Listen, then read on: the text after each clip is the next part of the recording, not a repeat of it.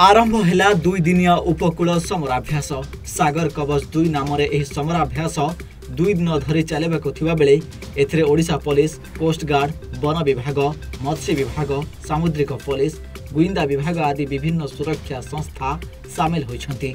जलपथ और स्थलपथरे कड़ा सुरक्षा व्यवस्था ग्रहण करा जायछि।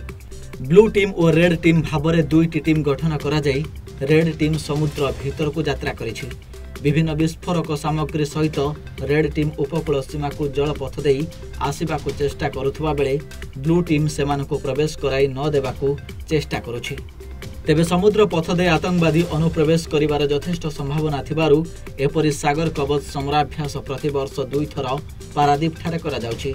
खाली अधिकारी नुहंती बरं एथिरे समुद्र को माछ मारिबाकु जाउथबा मत्स्यजीवी मानकु मध्य तालीम दिया जाउछि।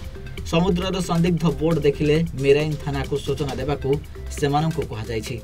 आर नौसेना बाहिनी आ मेराइन पुलिस बाहिनी एमाने आमको सतर्कता करुछंती जे समुद्र को गले आतंकवादी देखिले कि अलगा बोट देखिले हमको इन्फॉर्म करिवो आम यही सब सचेतना दौरान आम मानकर ड्राइविंग लाइसेंस स्टाफ भाई मानकर आधार आ मेराइन कार्ड भी आगुरी किसी लोकंर किसी लोकंर भी आधार प्रमाण पत्र से आमको देखुं लोक को आम सचेतन करवा।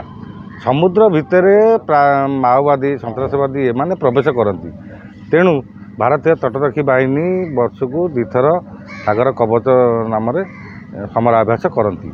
समुद्र भितर से माने जीवे तो सब धरवे लोक सब धरवे आधार कार्ड अच्छी कि नहीं बायोमेट्रिक कार्ड अच्छी कि नहीं सी सब बोट आमर इंडिया ओडिशार बोट कि नहीं इंडिया बोट कि नहीं से सब देखिए देखिकी सब तनाघना करेंगे।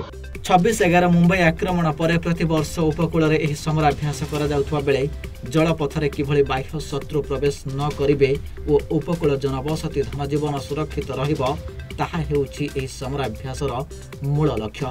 सुरक्षा दायित्व में नियोजित थिबा विभिन्न सुरक्षा संस्थार कर्मचारी मनोबल वृद्धि और नियमित अभ्यास को विशेष भावे एही कार्यक्रम में प्राथमिकता दिया जाए।